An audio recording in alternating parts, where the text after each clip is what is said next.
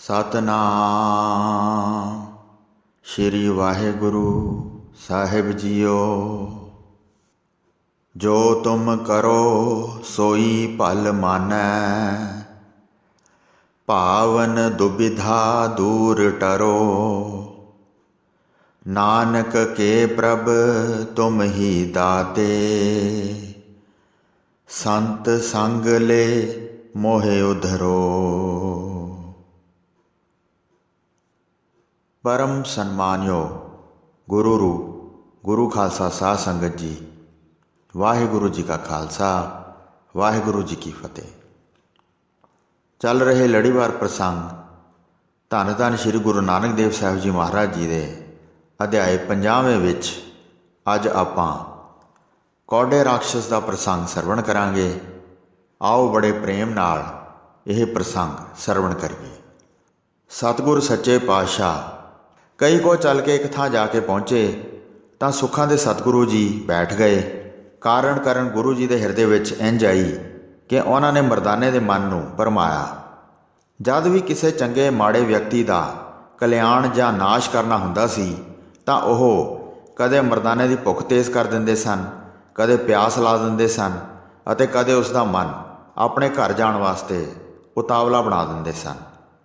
ਭਾਈ ਮਰਦਾਨਾ ਜੀ ਕਹਿਣ ਲੱਗੇ, ਮੈਂ ਹੁਣ ਆਪਣੇ ਘਰ ਜਾਵਾਂਗਾ, ਮੈਨੂੰ ਛੁੱਟੀ ਦਿਓ, ਮੇਰਾ ਮਨ ਬਹੁਤ ਉਦਾਸ ਹੋ ਗਿਆ ਹੈ।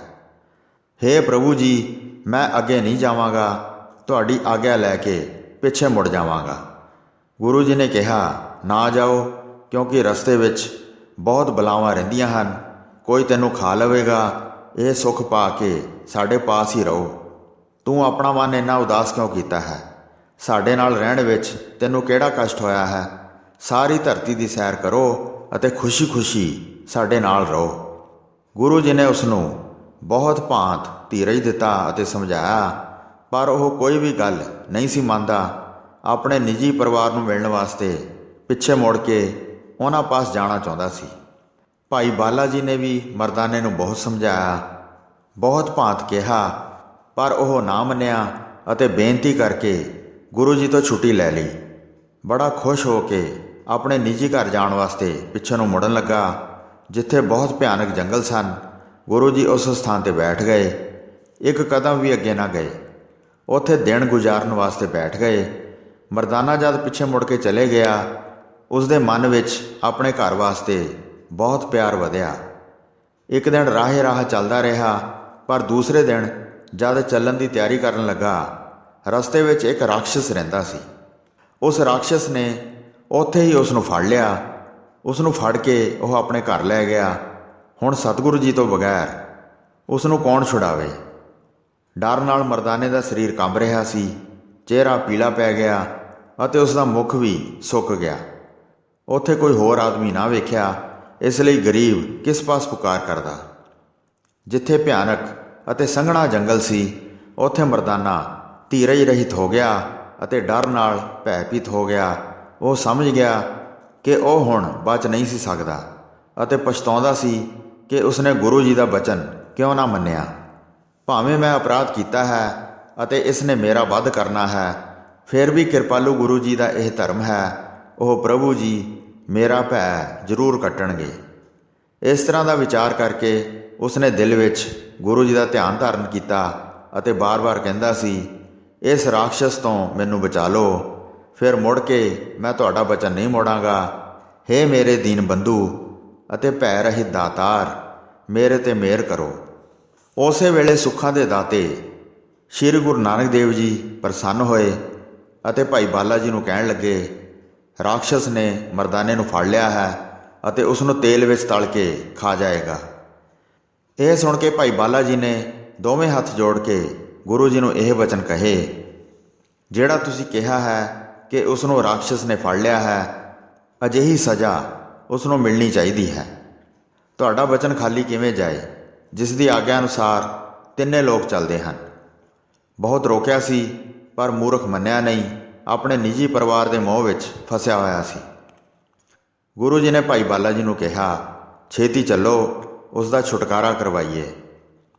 ਇੱਕ ਤਾਂ ਉਸ ਨੂੰ ਆਪਣੇ ਨਾਲ ਲਿਆਉਣ ਦੀ ਲਾਜ ਹੈ, ਦੂਸਰਾ ਉਸ ਨਾਲ ਸਾਨੂੰ ਬੜੇ ਕੰਮ ਹਨ। ਇਹ ਕਹਿ ਕੇ ਉਹ ਤੁਰੰਤ ਹੀ ਚੱਲ ਪਏ। ਭਾਈ ਬਾਲਾ ਜੀ ਨੇ ਉਸ ਵੇਲੇ ਕਿਰਪਾਲੂ ਗੁਰੂ ਜੀ ਤੋਂ ਪੁੱਛਿਆ, ਰਾਖਸ਼ਸ ਦਾ ਟਿਕਾਣਾ ਇੱਥੋਂ ਕਿੰਨੀ ਦੂਰ ਹੈ, ਜਿੱਥੇ ਖਾਣ ਵਾਸਤੇ ਉਹ ਮਰਦਾਨੇ ਨੂੰ ਲੈ ਕੇ ਗਿਆ ਹੈ?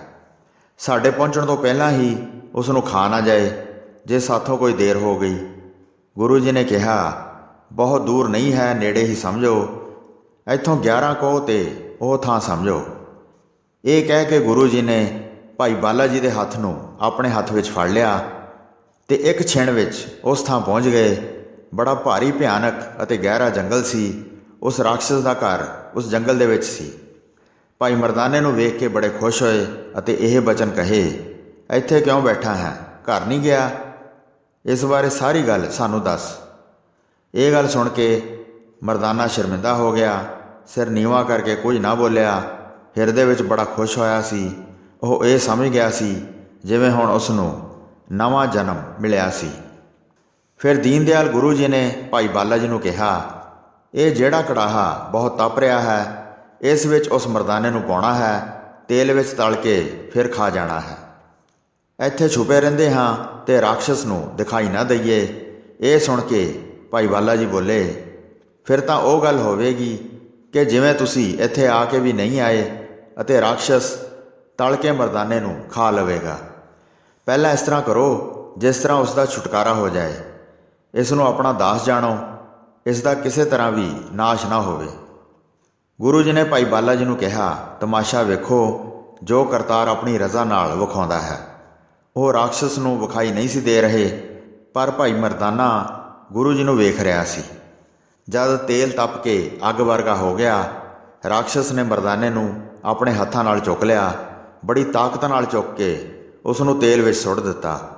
ਬਹਿਬਲ ਹੋ ਕੇ ਉਸਨੇ ਗੁਰੂ ਜੀ ਦਾ ਨਾਮ ਉਚਾਰਿਆ, ਰੱਖਿਆ ਕਰੋ, ਰੱਖਿਆ ਕਰੋ, ਆਪਣੇ ਸਿੱਖ ਨੂੰ ਸੰਭਾਲ ਲਓ। ਰੱਖੋ, ਰੱਖੋ, ਮੈਨੂੰ ਸੜਨ ਤੋਂ ਬਚਾ ਲਵੋ। ਮੇਰੇ ਗੁਨਾਹਾਂ ਨੂੰ ਗਿਣਨ ਦਾ ਹੁਣ ਸਮਾਂ ਨਹੀਂ ਹੈ। ਹੇ ਕਿਰਪਾਲੂ ਜੀ, ਇਸ ਸਮੇਂ ਮੇਰੀ ਰੱਖਿਆ ਕਰੋ।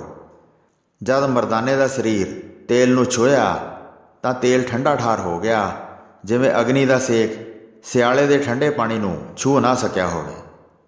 ਆਪਣਾ ਸਰੂਪ ਤਦ ਗੁਰੂ ਜੀ ਨੇ ਰਾਖਸ਼ਸ ਨੂੰ ਵਿਖਾਇਆ। ਰਾਖਸ਼ਸ ਗੁਰੂ ਜੀ ਨੂੰ ਵੇਖ ਕੇ ਬੋਲਿਆ, ਤੁਸੀਂ ਕੌਣ ਹੋ ਅਤੇ ਕਿੱਥੋਂ ਚੱਲ ਕੇ ਆਏ ਹੋ, ਜਿਸ ਨੇ ਆ ਕੇ ਤਪਦੇ ਕੜਾਹੇ ਨੂੰ ਠੰਡਾ ਕਰ ਦਿੱਤਾ ਹੈ? ਗੁਰੂ ਜੀ ਨੇ ਬੜੇ ਪ੍ਰਸੰਨ ਹੋ ਕੇ ਇਹ ਬਚਨ ਕਹੇ, ਹੇ ਕੌਡੇ, ਇਸ ਨੂੰ ਤੂੰ ਹੁਣ ਖਾ ਲੈ। ਹੁਣ ਖਾਣ ਵਿੱਚ ਦੇਰੀ ਕਿਉਂ ਕੀਤੀ ਹੈ? ਬਿਨਾਂ ਤਲੇ ਹੀ ਇਸ ਨੂੰ ਖਾ ਲੈ, ਇਹ ਤੇਰਾ ਭੋਜਨ ਹੈ। ਰਾਖਸ਼ਸ ਬੜਾ ਹੈਰਾਨ ਹੋਇਆ ਅਤੇ ਇਹ ਸ਼ਬਦ ਕਹੇ, ਤੁਸੀਂ ਮੇਰਾ ਨਾਂ ਕਿਵੇਂ ਜਾਣਦੇ ਹੋ? ਪਹਿਲਾਂ ਤਾਂ ਅਸੀਂ ਕਦੀ ਨਹੀਂ ਮਿਲੇ, ਮੈਂ ਤਾਂ ਹੁਣੇ ਹੀ ਨਵਾਂ ਸਰੂਪ ਵੇਖਿਆ ਹੈ। ਇਸ ਪ੍ਰਕਾਰ ਕਹਿੰਦਿਆਂ ਹੀ ਉਸ ਨੂੰ ਪਿਛਲਾ ਗਿਆਨ ਹੋ ਗਿਆ। ਗੁਰੂ ਜੀ ਦੇ ਦਰਸ਼ਨਾਂ ਦਾ ਪ੍ਰਤਾਪ ਕਰਕੇ ਸ਼ਰਾਬ ਦਾ ਪ੍ਰਭਾਵ ਖਤਮ ਹੋ ਗਿਆ। ਆਪਣੇ ਆਪ ਦੀ ਸੋਝੀ ਹੋ ਗਈ ਅਤੇ ਆਪਣਾ ਨਿੱਜੀ ਸ਼ੀਸ਼ਾ ਲੈ ਕੇ ਆਇਆ। ਗੁਰੂ ਜੀ ਦੇ ਅੱਗੇ ਧਰ ਕੇ ਉਹਨਾਂ ਨੂੰ ਵਿਖਾਇਆ। ਜਦ ਉਸ ਵਿੱਚ ਸਹੀ ਅਕਸ ਵੇਖਿਆ ਤਾਂ ਬਿਨਾਂ ਕਿਸੇ ਦੇਰ ਦੇ ਗੁਰੂ ਜੀ ਦੇ ਚਰਨਾਂ 'ਤੇ ਟਹਿ ਪਿਆ। ਮੱਥਾ ਟੇਕ ਕੇ ਫਿਰ ਖੜਾ ਹੋ ਗਿਆ। ਮਨ ਵਿੱਚ ਪ੍ਰੇਮ ਪਿਆਰ ਬਹੁਤ ਵਧਿਆ। ਗੁਰੂ ਜੀ ਦੇ ਅੱਗੇ ਦੋਵੇਂ ਹੱਥ ਜੋੜ ਕੇ ਗਦਗਦ ਹੋ ਗਿਆ ਅਤੇ ਹਿਰਦੇ ਵਿੱਚ ਬਹੁਤ ਖੁਸ਼ ਹੋਇਆ। ਕਮਲ ਮੁਖ ਭਾਵ ਗੁਰੂ ਜੀ ਉਸ ਤੋਂ ਪੁੱਛਦੇ ਹਨ, ਸਾਨੂੰ ਆਪਣੀ ਪੂਰੀ ਕਹਾਣੀ ਸੁਣਾਓ। ਕੌਡਾ ਬੋਲਿਆ, ਹੇ ਗੁਣਾਂ ਦੇ ਘਰ ਭਾਵ ਗੁਰੂ ਜੀ, ਪਹਿਲਾਂ ਮੈਨੂੰ ਆਗਿਆ ਦਿਓ, ਮੈਂ ਸੁੰਦਰ ਮਿੱਠੇ ਫਲ ਆਪ ਨੂੰ ਭੇਟ ਕਰਾਂ। ਬਾਅਦ ਵਿੱਚ ਆਪਣੀ ਕਹਾਣੀ ਸੁਣਾਵਾਂਗਾ ਜਿਸ ਪ੍ਰਕਾਰ ਮੇਰੇ ਨਾਲ ਬੀਤੀ ਹੈ।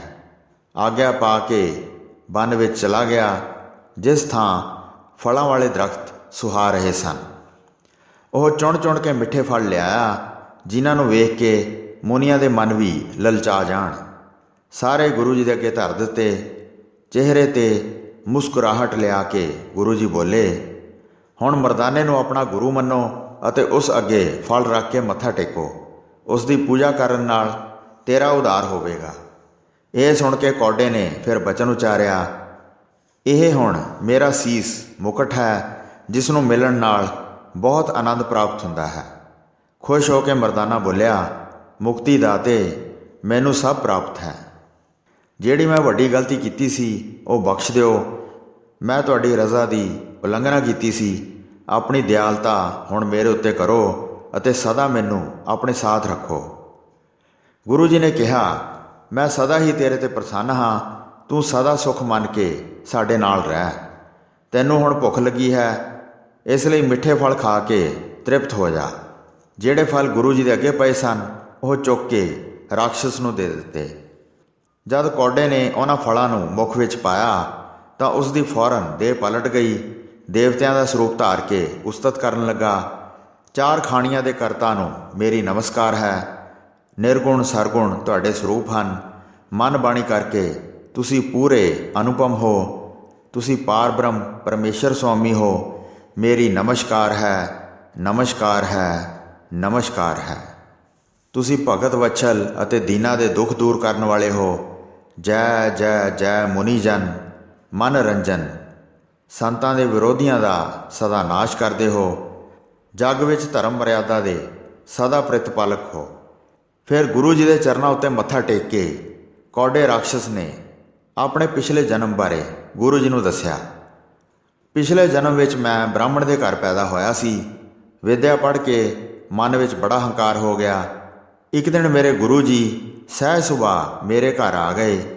ਮੈਂ ਉੱਠ ਕੇ ਸਨਮਾਨ ਨਾ ਕੀਤਾ। ਹੰਕਾਰ ਕਰਕੇ ਆਪਣੇ ਆਸਣ 'ਤੇ ਬੈਠਾ ਰਿਹਾ।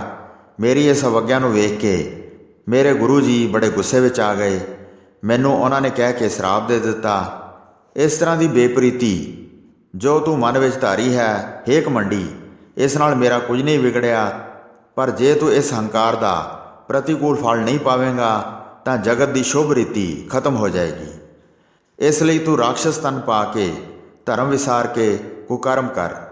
ਇਸ ਤਰ੍ਹਾਂ ਗੁਰੂ ਜੀ ਦੇ ਸ਼ਰਾਪ ਨੂੰ ਸੁਣ ਕੇ ਮੈਂ ਬਹੁਤ ਭੈਭੀਤ ਹੋ ਕੇ ਬਹੁਤ ਕੰਬਿਆ। ਹੇ ਕਿਰਪਾ ਨਿਧਾਨ ਗੁਰੂ ਜੀ, ਮੈਂ ਜੋ ਅਪਰਾਧ ਕੀਤਾ ਹੈ ਉਸ ਬਦਲੇ ਮੈਨੂੰ ਰਾਖਸ਼ਸ ਕਰ ਦਿੱਤਾ ਹੈ। ਕਦ ਤੱਕ ਇਹ ਦੁੱਖ ਭੋਗਾਂਗਾ? ਕਿਰਪਾ ਕਰਕੇ ਇਸ ਬਾਰੇ ਵੀ ਮੈਨੂੰ ਦੱਸ ਦਿਓ। ਉਸੇ ਵੇਲੇ ਗੁਰੂ ਜੀ ਦਾ ਮਨ ਦਿਆਲਤਾ ਵਿੱਚ ਭਿੱਜ ਗਿਆ। ਉਹਨਾਂ ਨੇ ਇਸ ਤਰ੍ਹਾਂ ਬਚਨ ਉਚਾਰੇ, ਏਕ ਓਂਕਾਰ ਗੁਰੂ ਨਾਨਕ ਜੀ ਅਵਤਾਰ ਧਾਰਨਗੇ। ਉਹਨਾਂ ਨੂੰ ਮਿਲ ਕੇ ਤੇਰਾ ਕਲਿਆਣ ਹੋਵੇਗਾ। ਮੈਂ ਕਿਹਾ, ਹੇ ਗੁਰੂ ਜੀ, ਮੈਂ ਉਹਨਾਂ ਨੂੰ ਕਿਵੇਂ ਪਹਿਚਾਣਾਂਗਾ? ਕਿਰਪਾ ਕਰਕੇ ਉਸ ਬਾਰੇ ਵੀ ਮੈਨੂੰ ਦੱਸੋ। ਇਹ ਸੁਣ ਕੇ ਗੁਰੂ ਜੀ ਨੇ ਮੈਨੂੰ ਇੱਕ ਸ਼ੀਸ਼ਾ ਦਿੱਤਾ ਤੇ ਕਿਹਾ, ਇਸ ਵਿੱਚ ਵੇਖ ਕੇ ਪਹਿਚਾਣ ਲੈਣਾ। ਇਸ ਸ਼ੀਸ਼ੇ ਵਿੱਚ ਜਿਹੜਾ ਅਕਸ ਪਵੇਗਾ, ਜੇ ਇਸ ਵਿੱਚ ਕਿਸੇ ਮਨੁੱਖ ਦਾ ਚਿਹਰਾ ਨਜ਼ਰ ਆਵੇ ਤਾਂ ਉਸ ਨੂੰ ਗੁਰੂ ਨਾਨਕ ਦਾ ਅਵਤਾਰ ਸਮਝਣਾ। ਉਹਨਾਂ ਪਾਸੋਂ ਤੇਰਾ ਉਧਾਰ ਹੋਏਗਾ। ਹੋਰ ਜਨਮ ਜਿਹੜਾ ਮਨੁੱਖ ਇਸ ਜੱਗ ਵਿੱਚ ਪਾਉਂਦਾ ਹੈ, ਕਈ ਪ੍ਰਕਾਰ ਦੀਆਂ ਜੂਨਾਂ ਵਿੱਚ ਜਿਹੜਾ ਆਉਂਦਾ ਹੈ, ਉਹਨਾਂ ਦੇ ਮਨੁੱਖ ਇਸ ਸ਼ੀਸ਼ੇ ਵਿੱਚ ਕਦੀ ਵੀ ਮਨੁੱਖ ਦੇ ਨਹੀਂ ਦਿਸਣਗੇ। ਗੁਰੂ ਤੋਂ ਇਹ ਸ਼ੀਸ਼ਾ ਲੈ ਕੇ ਮੈਂ ਇੱਥੇ ਆ ਗਿਆ। ਉਸ ਸਮੇਂ ਤੋਂ ਮੈਂ ਇਸ ਥਾਂ ਰਹਿ ਰਿਹਾ ਹਾਂ। ਬਹੁਤ ਮਨੁੱਖ ਮੈਂ ਘੇਰ ਕੇ ਲਿਆਂਦੇ ਹਨ। ਉਹਨਾਂ ਦੇ ਚਿਹਰੇ ਇਸ ਸ਼ੀਸ਼ੇ ਵਿੱਚ ਵੇਖੇ ਹਨ। ਸਭ ਦਾ ਚਿਹਰਾ ਸੂਰ, ਕੁੱਤੇ, ਗਧੇ, ਪੰਛੀ, ਸ਼ੇਰ ਇਤਿਆਦਿ ਵਰਗਾ ਵੇਖਿਆ ਹੈ, ਪਰ ਪਹਿਲੀ ਵਾਰ ਤੁਹਾਡਾ ਮੁੱਖ ਮਨੁੱਖ ਵਰਗਾ ਦਿਸਿਆ ਹੈ, ਜਿਸ ਨੂੰ ਪਰਖ ਕੇ ਮੇਰਾ ਸਰਾਪ ਮਿਟਿਆ ਹੈ। ਇਸ ਤਰ੍ਹਾਂ ਦੀ ਮੇਰੀ ਕਹਾਣੀ ਦੀ ਵਾਰਤਾ ਹੈ। ਹੁਣ ਪ੍ਰਭੂ ਜੀ ਮੈਨੂੰ ਆਗਿਆ ਦਿਓ ਕਿ ਮੈਂ ਬੈਕੁੰਠ ਵਿੱਚ ਜਾਵਾਂ ਅਤੇ ਤੁਹਾਡੇ ਦਰਸ਼ਨ ਕਰਕੇ ਸੁਖ ਪਾਵਾਂ। ਦੇਵਤੇ ਦਾ ਸਰੀਰ ਪਾ ਕੇ ਨਮਸਕਾਰ ਕਰਕੇ ਚਲਾ ਗਿਆ। ਮਰਦਾਨੇ ਨੇ ਇਹ ਸਾਰਾ ਕੌਤਕ ਵੇਖਿਆ। ਉੱਠ ਕੇ ਗੁਰੂ ਜੀ ਦੇ ਚਰਨ ਕਮਲਾਂ 'ਤੇ ਮੱਥਾ ਟੇਕਿਆ। ਧੰਨ ਧੰਨ ਧੰਨ ਪ੍ਰਭੂ ਜੀ ਕਹਿੰਦਾ ਹੈ, ਹੇ ਪ੍ਰਭੂ ਜੀ, ਇਸ ਸ਼ੀਸ਼ੇ ਨੂੰ ਲਵੋ। ਇਹ ਬਹੁਤ ਅਦਭੁਤ ਹੈ। ਇਸ ਨੂੰ ਆਪਣੇ ਪਾਸ ਰੱਖੋ। ਇਹ ਸੁਣ ਕੇ ਗਰੀਬ ਨਿਵਾਜ ਭਾਵ ਗੁਰੂ ਜੀ ਨੇ ਕਿਹਾ, ਸਾਨੂੰ ਇਸ ਸ਼ੀਸ਼ੇ ਨਾਲ ਕੀ ਕੰਮ ਹੈ? ਜਿਨ੍ਹਾਂ ਪਾਸ ਇਸ ਸ਼ੀਸ਼ੇ ਵਰਗੇ ਵਿਚਾਰ ਹਨ, ਉਹਨਾਂ ਦੀ ਆਤਮਾ ਪ੍ਰਕਾਸ਼ਿਤ ਹੋ ਜਾਂਦੀ ਹੈ। ਉਸ ਵਿਚਾਰ ਨੂੰ ਸਦਾ ਆਪਣੇ ਨਾਲ ਰੱਖੋ। ਭਰਮਾਂ ਦਾ ਨਾਸ਼ ਕਰਕੇ ਸਦਾ ਆਨੰਦ ਪ੍ਰਸੰਨ ਰਹੋ। ਸੋ ਸਾਧ ਸੰਗਤ ਜੀ, ਇੱਥੇ ਸ਼੍ਰੀ ਗੁਰੂ ਨਾਨਕ ਪ੍ਰਕਾਸ਼ ਗ੍ਰੰਥ ਦੇ ਪਹਿਲੇ ਅੱਧ ਦਾ 50ਵਾਂ ਅਧਿਆਇ ਸਮਾਪਤ ਹੁੰਦਾ ਹੈ ਜੀ। ਪ੍ਰਸੰਗ ਸੁਣਾਉਂਦੇ ਹੋਏ ਹੋਈਆਂ ਅਨੇਕ ਭੁੱਲਾਂ ਚੁੱਕਾਂ ਦੀ ਖਿਮਾ ਬਖਸ਼ਣੀ ਜੀ। ਦਾਸ ਨੂੰ ਆਗਿਆ ਦਿਓ। ਵਾਹਿਗੁਰੂ ਜੀ ਕਾ ਖਾਲਸਾ, ਵਾਹਿਗੁਰੂ ਜੀ ਕੀ ਫਤਿਹ।